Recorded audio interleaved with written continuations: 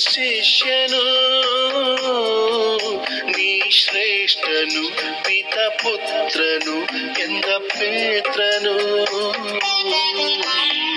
ಪಾದವ ತೊಳೆಯುವುದೇ ಪ್ರಭುವೇ ಎನ್ನ ಪಾದವ ತೊಳೆಯುವುದೇ ಪ್ರಭುವೇ.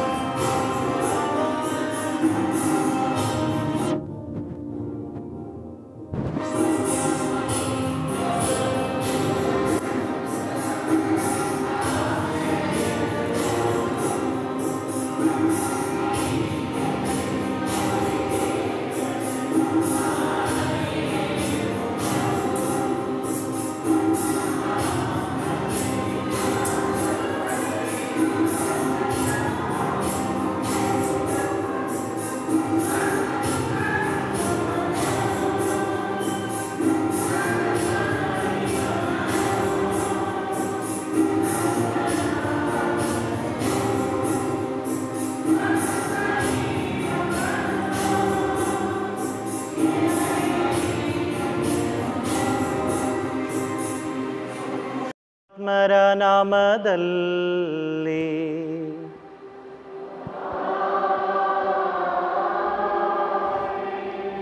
ನಮ್ಮ ಪ್ರಭು ಯೇಸು ಕ್ರಿಸ್ತರ ಕೃಪಾವರವು ದೇವರ ಪ್ರೀತಿಯು ಪವಿತ್ರಾತ್ಮರ ಅನ್ಯೋನ್ಯತೆಯು ನಿಮ್ಮೆಲ್ಲರೊಡನೆ ಇರಲಿ.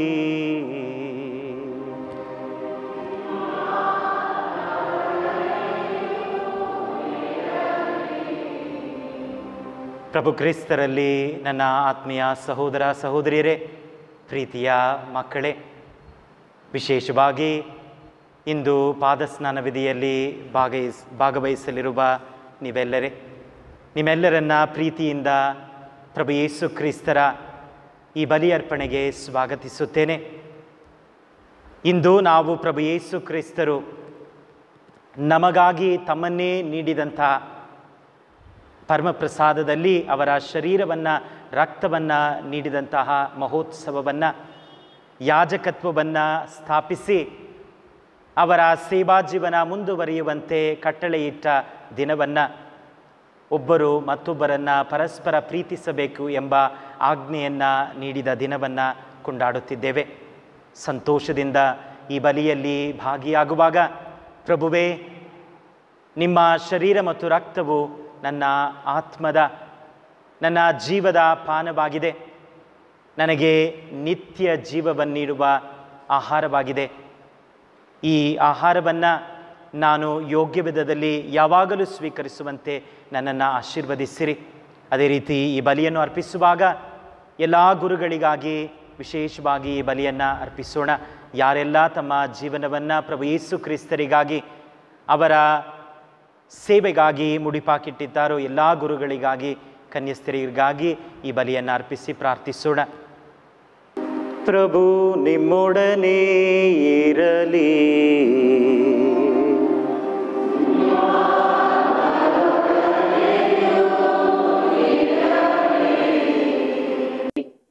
ಸಂತ ಯೋಹಾನರು ಬರೆದ ಪವಿತ್ರ ಶುಭ ಸಂದೇಶದಿಂದ ವಾಚನ.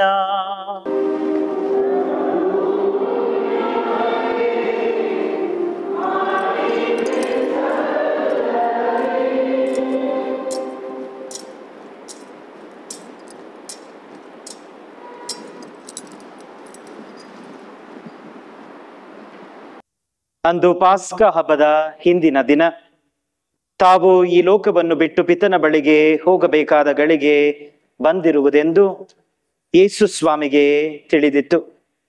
ಈ ಲೋಕದಲ್ಲಿದ್ದ ತಮ್ಮವರನ್ನು ಯಾವಾಗಲೂ ಪ್ರೀತಿಸುತ್ತಿದ್ದ ಅವರು ಆ ಪ್ರೀತಿಯ ಪರಮಾವಧಿಯನ್ನು ಈಗ ತೋರಿಸಲಿದ್ದರು. ಯೇಸು ಸ್ವಾಮಿಯನ್ನು ಗುರುದ್ರೋಹದಿಂದ ಹಿಡಿದುಕೊಡಬೇಕೆಂಬ ಆಲೋಚನೆಯನ್ನು ಸೈತಾನನು ಸಿಮೋನನ ಮಗ ಇಸ್ಕಾರಿಯೋತನ ಯೂದನಲ್ಲಿ ಈಗಾಗಲೇ ಹುಟ್ಟಿಸಿತ್ತು. ಊಟಕ್ಕೆ ಎಲ್ಲರೂ ಕುಳಿತಿದ್ದರು.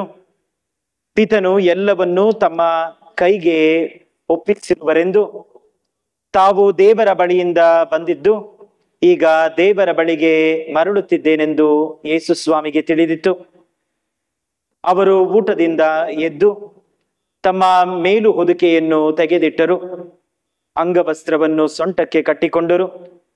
ಅನಂತರ ಒಂದು ಬೋಗುಣಿಯಲ್ಲಿ ನೀರು ಸುರಿದುಕೊಂಡು ತಮ್ಮ ಶಿಷ್ಯರ ಕಾಲುಗಳನ್ನು ತೊಳೆಯುತ್ತಾ ಕಟ್ಟಿಕೊಂಡಿದ್ದ ಅಂಗವಸ್ತ್ರದಿಂದ ಒರೆಸತೊಡಗಿದರು. ಹೀಗೆ ಅವರು ಸಿಮೋನ ಪೇತ್ರನ ಹತ್ತಿರಕ್ಕೆ ಬಂದಾಗ ಆತ, ಪ್ರಭು, ನೀವು ನನ್ನ ಕಾಲುಗಳನ್ನು ತೊಳೆಯುವುದೇ ಎಂದನು. ಯೇಸು ಸ್ವಾಮಿ, ನಾನು ಮಾಡುತ್ತಿರುವುದು ನಿನಗೆ ಈಗ ಅರ್ಥವಾಗದು, ಮುಂದೆ ಅರ್ಥವಾಗುತ್ತದೆ ಎಂದು ಉತ್ತರಿಸಿದರು.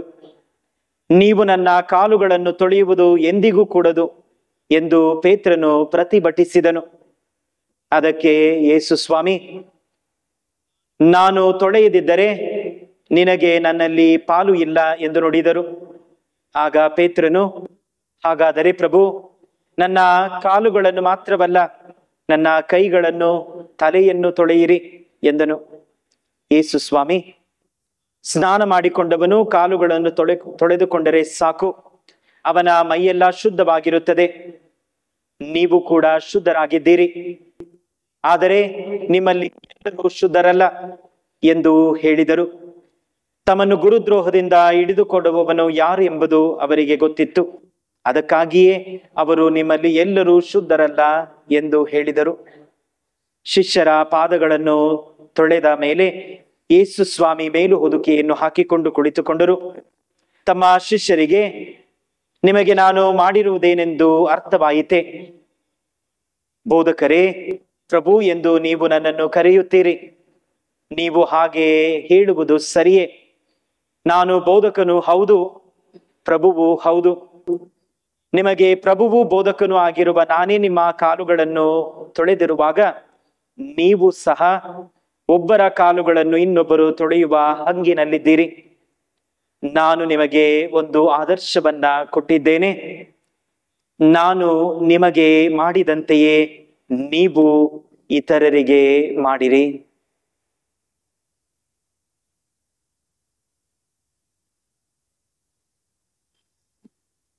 ಪ್ರಭು ಕ್ರಿಸ್ತರ ಶುಭ ಸಂದೇಶ.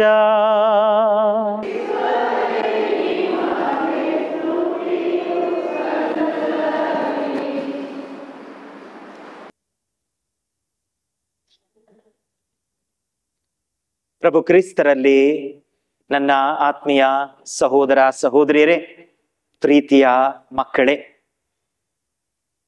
ತಪಸ್ಸು ಕಾಲದಲ್ಲಿ ಈ ಪವಿತ್ರ ಗುರುವಾರವು ನಮ್ಮನ್ನ ಸಂತೋಷದಿಂದ, ಪ್ರಭು ಯೇಸು ಕ್ರಿಸ್ತರ ಆನಂದದಿಂದ ತುಂಬುವ ದಿನವಾಗಿದೆ. ಇಂದು ತಾಯಿ ಧರ್ಮಸಭೆ ಮಹೋತ್ಸವವನ್ನ ಆಚರಿಸುತ್ತಿದೆ. ಪ್ರಭು ಯೇಸು ಕ್ರಿಸ್ತರು ನಮಗಾಗಿ ಆಧ್ಯಾತ್ಮಿಕ ಆಹಾರವಾದಂತ ಈ ಪವಿತ್ರ ದಿನ, ಪ್ರಭು ಯೇಸು ಕ್ರಿಸ್ತರು ಯಾಜಕತ್ವವನ್ನ ಸ್ಥಾಪಿಸಿದ ಈ ಶ್ರೇಷ್ಠ ದಿನ, ನಾನು ನಿಮಗೆ ಮಾದರಿಯಾಗಿದ್ದೇನೆ, ನಾನು ಮಾಡಿದಂತೆ ನೀವು ಮಾಡಿ ಎಂದು ನಮ್ಮನ್ನ ಪ್ರೀತಿಯಿಂದ ಕರೆದ ದಿನವಾಗಿದೆ. ಈ ನಿಟ್ಟಿನಲ್ಲಿ ಪ್ರಭು ಯೇಸು ಕ್ರಿಸ್ತರ ಶುಭ ಸಂದೇಶದ ಹಿನ್ನೆಲೆಯಲ್ಲಿ ಇಂದಿನ ಹಬ್ಬವನ್ನ ನಾವು ಧ್ಯಾನಿಸುವಾಗ ನಮ್ಮ ಪ್ರತಿಯೊಬ್ಬರ ಜೀವನವು ಪರಮ ಪ್ರಸಾದದ ಜೀವನವಾಗಿದೆ. ಯಾರೆಲ್ಲ ಪ್ರಭು ಯೇಸು ಕ್ರಿಸ್ತರಲ್ಲಿ ವಿಶ್ವಾಸವಿಟ್ಟು ಪ್ರಭು ಯೇಸು ಕ್ರಿಸ್ತರನ್ನ ನಾವು ಅಂಗೀಕರಿಸಿ ಅವರನ್ನ ನಮ್ಮವರಾಗಿ ನಾವು ಒಪ್ಪಿಕೊಂಡಿದ್ದೇವೆಯೋ, ನಮ್ಮೆಲ್ಲರ ಜೀವನವು ಪರಮ ಪ್ರಸಾದದ ಜೀವನವಾಗಿದೆ. ಈ ಪರಮ ಪ್ರಸಾದದ ಜೀವನದಲ್ಲಿ ಮುಖ್ಯವಾಗಿ 3 ಅಂಶಗಳು. ಆ 3 ಅಂಶಗಳು ನಮ್ಮಲ್ಲಿರುವಾಗ ನಾವು ಪರಮ ಪ್ರಸಾದದ ವ್ಯಕ್ತಿಗಳಾಗುತ್ತೇವೆ. ಪ್ರಭು ಯೇಸು ಕ್ರಿಸ್ತರು ನಮ್ಮ ಮಾದರಿ ಎಂದು ನಾವು ಸ್ವೀಕರಿಸಿಕೊಂಡಿದ್ದೇವೆ. ಅವರು ಮಾಡಿದಂತೆ ನಾವು ಮಾಡುತ್ತಿದ್ದೇವೆ. ಈ ಪರಮ ಪ್ರಸಾದದಲ್ಲಿ ಮೊದಲನೆಯದಾಗಿ ಪ್ರಭು ಯೇಸು ಕ್ರಿಸ್ತರು ನಮಗೆ ಹೇಳುವುದು, ಈ ಪರಮ ಪ್ರಸಾದದ ಜೀವನ ಇತರರಿಗಾಗಿ. ಪ್ರಭು ಯೇಸು ಕ್ರಿಸ್ತರು ಆ ರೊಟ್ಟಿಯನ್ನ ತೆಗೆದು ಮುರಿಯುವಾಗ ಹೇಳಿದ್ದು ನಿಮಗಾಗಿ. ನಿಮಗಾಗಿ. ಪ್ರಭು ಯೇಸು ಕ್ರಿಸ್ತರು ಹುಟ್ಟಿದ್ದು ನಮಗಾಗಿ, ಅವರು ಮನುಷ್ಯರಾದದ್ದು ನಮಗಾಗಿ, ಎಲ್ಲಾ ಅದ್ಭುತಗಳನ್ನ ಮಾಡಿದ್ದು ನಮಗಾಗಿ, ಶಿಲುಬೆಯ ಯಾತನೆ ನಮಗಾಗಿ, ಇಗೋ ನಿಮಗಾಗಿ ಮುರಿಯಲ್ಪಡುವ ನನ್ನ ಶರೀರ ಎಂದು ನಮಗಾಗಿ ಅವರನ್ನ ಮುರಿದದ್ದು ನಮಗಾಗಿ, ಅವರ ರಕ್ತ ನಮಗಾಗಿ, ಅವರ ಪುನರುತ್ಥಾನ ನಮಗಾಗಿ, ಪ್ರಭು ಯೇಸು ಕ್ರಿಸ್ತರ ಸರ್ವಸ್ವವು ನಮಗಾಗಿ. ಪ್ರಭು ಯೇಸು ಕ್ರಿಸ್ತರು ಅದನ್ನೇ ಹೇಳುತ್ತಾರೆ, ಇದು ನಿಮಗಾಗಿ. ಪ್ರತಿ ಬಾರಿ ನಾವು ಬಲಿಯರ್ಪಣೆಗೆ ಬರುವಾಗ ಈ ಚಿಂತನೆಯೊಂದಿಗೆ ಬರಬೇಕು, ನನಗಾಗಿ ಪ್ರಭು ಯೇಸು ಕ್ರಿಸ್ತರು ಕಾಯುತ್ತಿದ್ದಾರೆ. ಈ ಬಲಿಯರ್ಪಣೆ ನನಗಾಗಿ, ಈ ಆಶೀರ್ವಾದ ನನಗಾಗಿ, ಈ ಮುರಿಯುವಿಕೆ ನನಗಾಗಿ. ಇಲ್ಲಿ ಪ್ರಭು ಯೇಸು ಕ್ರಿಸ್ತರು ಕಾಯುತ್ತಿರುವುದು ನಿಮಗಾಗಿ, ನನಗಾಗಿ. ನಮ್ಮ ಜೀವನ ಪರಮ ಪ್ರಸಾದದ ಜೀವನವಾಗಬೇಕಾದರೆ ಅದು ಇತರರಿಗಾಗಿ ನಾವು ಜೀವಿಸುವಾಗ. ಇಲ್ಲಿ ತಂದೆ ತಾಯಿ ಇದ್ದೀರಿ, ಹಿರಿಯರಿದ್ದೀರಿ. ಪ್ರತಿ ಬಾರಿ ನಿಮ್ಮ ಕುಟುಂಬಕ್ಕಾಗಿ, ನಿಮ್ಮ ಮಕ್ಕಳಿಗಾಗಿ ನೀವು ಏನೆಲ್ಲಾ ಮಾಡುತ್ತೀರೋ ನಿಮ್ಮ ತ್ಯಾಗದಲ್ಲಿ ಪ್ರಭು ಯೇಸು ಕ್ರಿಸ್ತರ ಮಾತು ನೆರವೇರುತ್ತಿದೆ, ಇದು ನಿಮಗಾಗಿ ಎಂದು ಪ್ರಭು ಯೇಸು ಕ್ರಿಸ್ತರು ನುಡಿದಿದ್ದು. ಎರಡನೆಯದಾಗಿ ತೆಗೆದುಕೊಳ್ಳಿ. ಪ್ರಭು ಯೇಸು ಕ್ರಿಸ್ತರು ಅವರನ್ನ ಸ್ವೀಕರಿಸುವಂತೆ ನಮ್ಮನ್ನು ಆಹ್ವಾನಿಸುತ್ತಿದ್ದಾರೆ. ನಾವು ಈ ಎಲ್ಲಾ ಸಂಸ್ಕಾರಗಳಿಗೆ ಬರುವಾಗ, ವಿಶೇಷವಾಗಿ ಬಲಿಯರ್ಪಣೆಗೆ ಬರುವಾಗ ನಾವು ಬರೀ ಕೈಯಲ್ಲಿ ಹಿಂದಿರುಗಲು ಸಾಧ್ಯವಿಲ್ಲ. ಪ್ರಭು ಯೇಸು ಕ್ರಿಸ್ತರನ್ನ ತೆಗೆದುಕೊಂಡವರಾಗಿ, ಪ್ರಭು ಯೇಸು ಕ್ರಿಸ್ತರನ್ನ ಸ್ವೀಕರಿಸಿಕೊಂಡವರಾಗಿ ನಾವು ಹೋಗಬೇಕು. ತೆಗೆದುಕೊಳ್ಳಿ. ನಮಗಾಗಿ ಅವರನ್ನೇ ಕೊಡುವ ಅವರು ಹೇಳುತ್ತಾರೆ, ತೆಗೆದುಕೊಂಡು ಹೋಗಿ, ನನ್ನ ಆಶೀರ್ವಾದವನ್ನ, ನನ್ನ ಶರೀರವನ್ನ, ರಕ್ತವನ್ನ ತೆಗೆದುಕೊಂಡು ಹೋಗಿ. ಎಲ್ಲಾ ಆಚರಣೆಗಳು ಪ್ರಭು ಯೇಸು ಕ್ರಿಸ್ತರನ್ನ ಸ್ವೀಕರಿಸುವ ಆಚರಣೆಗಳಾಗಿದೆ. ಪ್ರಭು ಯೇಸು ಕ್ರಿಸ್ತರನ್ನ ನಾವು ಸ್ವೀಕರಿಸದೆ ಹೋದಲ್ಲಿ ಈ ಆಚರಣೆಗಳು ಪರಿಪೂರ್ಣವಾಗುವುದಿಲ್ಲ, ವ್ಯರ್ಥವಾಗುತ್ತದೆ. ಅನೇಕ ಬಾರಿ ಪ್ರಪಂಚಕ್ಕಾಗಿ, ಇತರರಿಗಾಗಿ ನಾವು ಮಾಡುವ ಏನೋ ಒಂದು ಸಾಂಗ್ಯವಾಗಿ ಬಿಡುತ್ತದೆ. ಪ್ರಭು ಯೇಸು ಕ್ರಿಸ್ತರನ್ನ ನಾವು ಸ್ವೀಕರಿಸದೆ ಹೋದಲ್ಲಿ ಪ್ರಭು ಯೇಸು ಕ್ರಿಸ್ತರು ಹೇಳುತ್ತಾರೆ, ತೆಗೆದುಕೊಳ್ಳಿ. ನಾನು ಯಾವುದೇ ಆಚರಣೆಗೆ ಬಂದಾಗ, ಅದು ಧರ್ಮ ಕೇಂದ್ರದಲ್ಲಿ, ದೇವಾಲಯದಲ್ಲಾಗಿರಬಹುದು, ನಮ್ಮ ಮನೆಯ ಕೌಟುಂಬಿಕ ಪ್ರಾರ್ಥನೆಯಲ್ಲಾಗಿರಬಹುದು, ಈ ಪ್ರಾರ್ಥನೆಯ ಕೊನೆಯಲ್ಲಿ ನಾನು ಪ್ರಭು ಯೇಸು ಕ್ರಿಸ್ತರನ್ನ ತೆಗೆದುಕೊಂಡಿದ್ದೇನೆಯೇ? ಅವರನ್ನ ಸ್ವೀಕರಿಸಿಕೊಂಡಿದ್ದೇನೆಯೇ?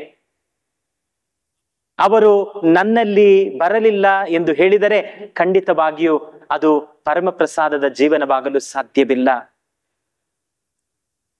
ಪ್ರಭು ಯೇಸು ಕ್ರಿಸ್ತರು ನಮ್ಮಲ್ಲಿ ಬರುವಾಗ ಮಾತ್ರ ಅದು ಪರಮ ಪ್ರಸಾದದ ಜೀವನ. ಕೇವಲ ನಾವು ಇಲ್ಲಿ ಪರಮ ಪ್ರಸಾದವನ್ನ ಸ್ವೀಕರಿಸುವುದಲ್ಲಿ ಮಾತ್ರ ಪ್ರಭು ಯೇಸು ಕ್ರಿಸ್ತರು ನಮ್ಮಲ್ಲಿ ಬರುವುದಿಲ್ಲ. ಯೋಹಾನನ ಶುಭ ಸಂದೇಶದಲ್ಲಿ ನಾವು ಓದುತ್ತೇವೆ, ಯೂದಾಸ್ ಇಸ್ಕಾರಿಯೋತನು ಪ್ರಭು ಯೇಸು ಕ್ರಿಸ್ತರು ಇಗೋ ನನ್ನ ಶರೀರ ಎಂದು ಅವನಿಗೆ ಆ ರೊಟ್ಟಿಯನ್ನು ಕೊಟ್ಟಾಗ ಸೈತಾನನು ಹೊರಹೋದ ಎಂದು ಹೇಳಿ. ನಾವು ಇಲ್ಲಿ ಪರಮ ಪ್ರಸಾದವನ್ನು ಸ್ವೀಕರಿಸುವುದರಲ್ಲಿ ಮಾತ್ರ ಪ್ರಭು ಯೇಸು ಕ್ರಿಸ್ತರು ನಮ್ಮಲ್ಲಿ ಬರುವುದಿಲ್ಲ.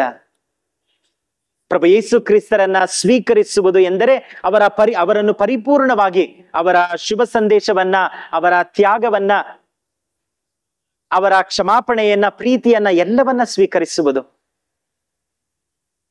ಮೂರನೆಯದಾಗಿ ಪ್ರಭು ಯೇಸು ಕ್ರಿಸ್ತರು ನಮ್ಮ ಜೀವನ ಪರಮ ಪ್ರಸಾದದ ಜೀವನವಾಗಬೇಕಾದರೆ ಮೂರನೆಯದಾಗಿ ನಮಗೆ ಹೇಳುವ ಮಾತು, ಇದನ್ನು ನನ್ನ ಸ್ಮರಣೆಗಾಗಿ ಮಾಡಿ. ಅವರನ್ನೇ ನಮಗಾಗಿ ಕೊಡುವುದು, ನಾವು ಅವರನ್ನ ಸ್ವೀಕರಿಸುವುದು, ಇವೆಲ್ಲವೂ ಅವರನ್ನ ನಾವು ಸ್ಮರಿಸಿಕೊಳ್ಳಲು, ಅವರನ್ನ ಮನ ತುಂಬಿಸಿಕೊಳ್ಳಲು ಮಾತ್ರವಲ್ಲ, ಅವರು ಮಾಡಿದ್ದನ್ನ ನಾವು ಮಾಡಲು. ಇದನ್ನು ಸ್ಮರಿಸಿ ಎಂದು ಪ್ರಭು ಯೇಸು ಕ್ರಿಸ್ತರು ಹೇಳಲಿಲ್ಲ, ಇದನ್ನು ನನ್ನ ಸ್ಮರಣೆಗಾಗಿ ಮಾಡಿರಿ.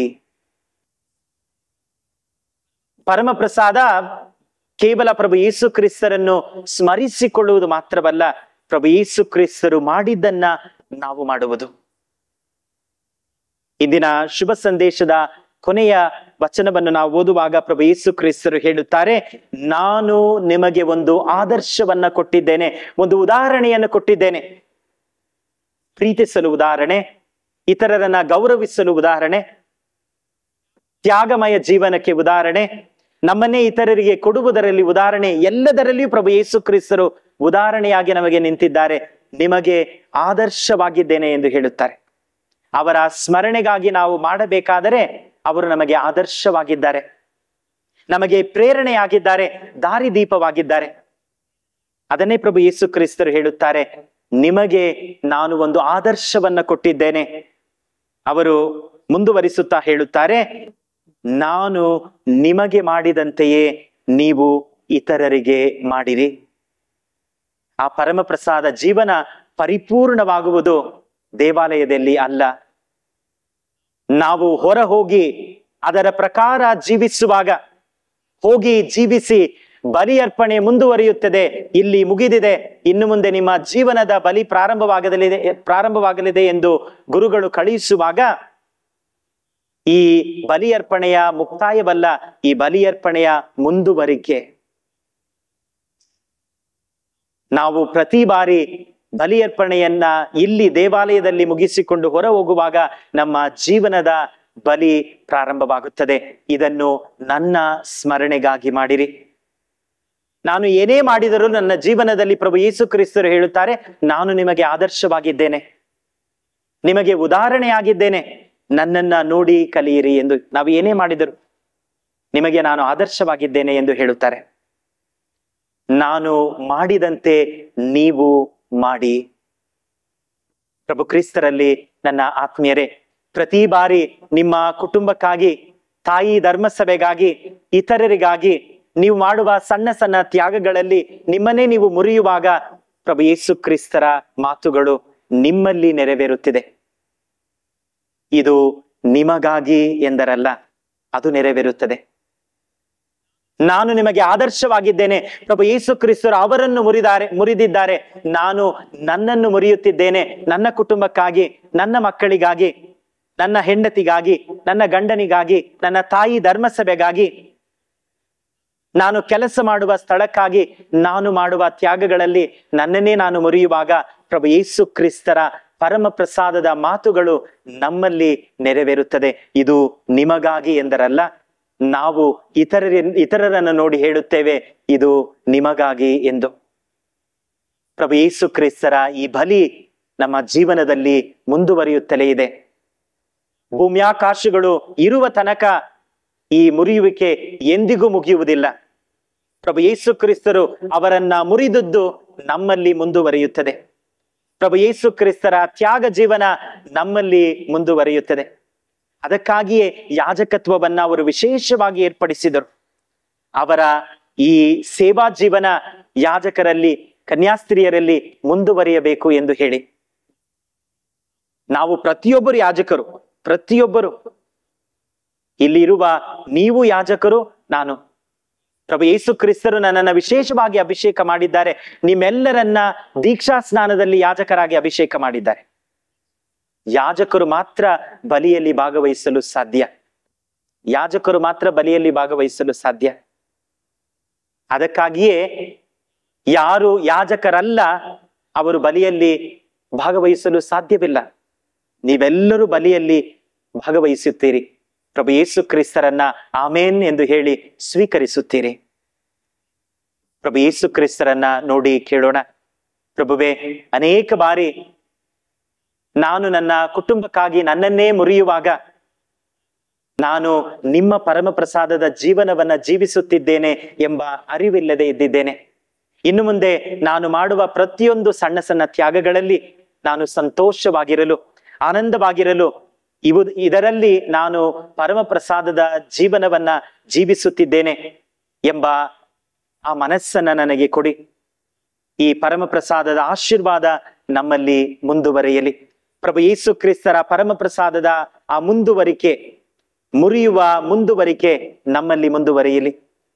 ಪ್ರತಿ ಬಾರಿ ನಾವು ಬಲಿಯನ್ನ ಮುಗಿಸಿ ಹೋಗುವಾಗ ಪ್ರಭು ಯೇಸು ಕ್ರಿಸ್ತರನ್ನ ಸ್ವೀಕರಿಸಿದವರಾಗಿ, ಅವರನ್ನ ಸ್ವೀಕರಿಸುವುದು ಅವರು ನಮಗೆ ಆದರ್ಶವಾಗಿರಲು, ಮಾದರಿ ಆಗಿರಲು, ಅವರಂತೆ ನಾವು ಜೀವಿಸಲು, ಎಲ್ಲಾ ಚಿಂತನೆಗಳನ್ನ ಹೊತ್ತವರಾಗಿ ಈ ಪವಿತ್ರ ದಿನದಲ್ಲಿ ಪ್ರಭು ಯೇಸು ಕ್ರಿಸ್ತರು ನಮ್ಮಲ್ಲಿಗೆ ಬರಲಿದ್ದಾರೆ.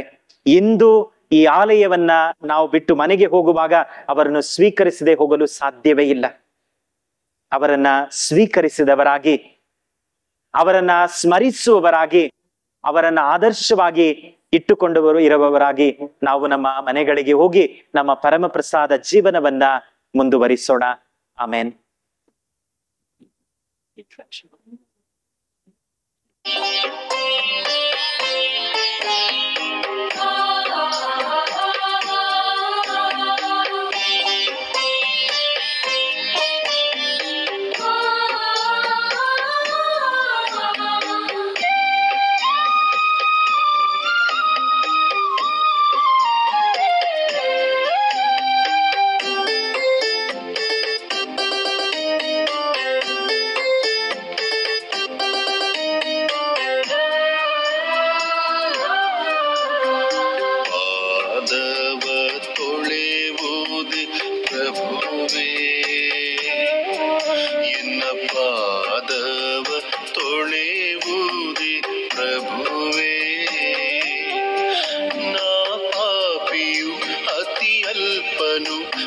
ಶಿಷ್ಯನು ನೀ ಶ್ರೇಷ್ಠನು, ಪಿತ ಪುತ್ರನು ಎಂದ ಪೇತ್ರನು. ಪಾದವ ತೊಳೆಯುವುದೇ ಪ್ರಭುವೇ,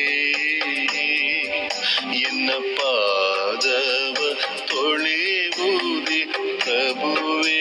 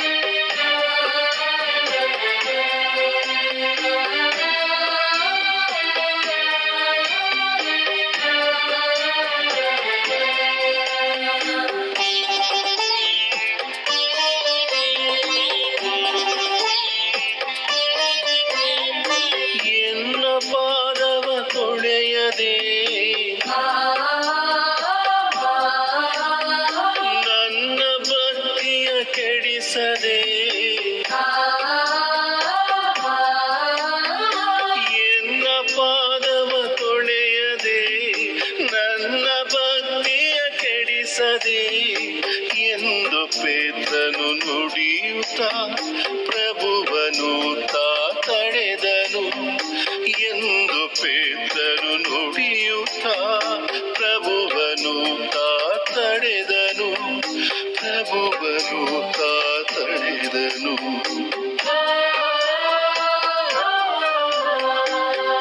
ಪಾದವ ತೊಳೆಯುವುದಿ ಪ್ರಭುವೇ, ಎನ್ನ ಪಾದವ ತೊಳೆಯುವುದೇ ಪ್ರಭುವೇ.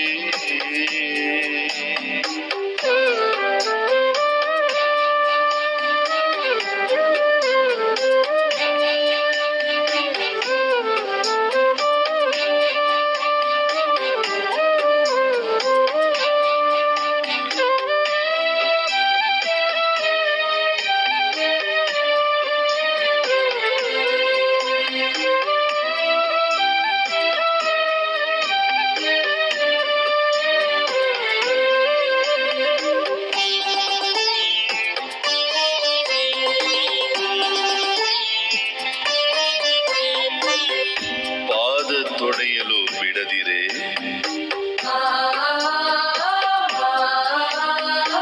ಎನ್ನ ಪಾಲಲಿ ನೀನಿರೆ.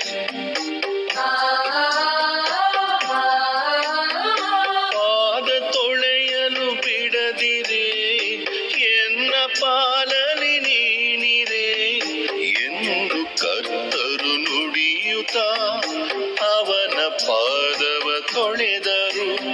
ಎಂದು ಕರ್ತರು ನುಡಿಯುತ್ತ ಅವನ ಪಾದವ ತೊಳೆದರು. ಶಿಷ್ಯರ ಪಾದವ ತೊಳೆದರು. ಪಾದವ ತೊಳೆಯುವುದೇ ಪ್ರಭುವೇ, ಎನ್ನ ಪಾದವ ತೊಳೆಯುವುದೇ ಪ್ರಭುವೇ. ನಾ ಪಾಪಿಯು ಅತಿ ಅಲ್ಪನು ನಿನ್ನ ಶಿಷ್ಯನು, ನೀ ಶ್ರೇಷ್ಠನು ಪಿತ ಪುತ್ರನು ಎಂದ ಪೇತ್ರನು. ಪಾದವ ತೊಳೆಯುವುದೇ ಪ್ರಭುವೇ, ಎನ್ನ ಪಾದವ ತೊಳೆಯುವುದೇ ಪ್ರಭುವೇ.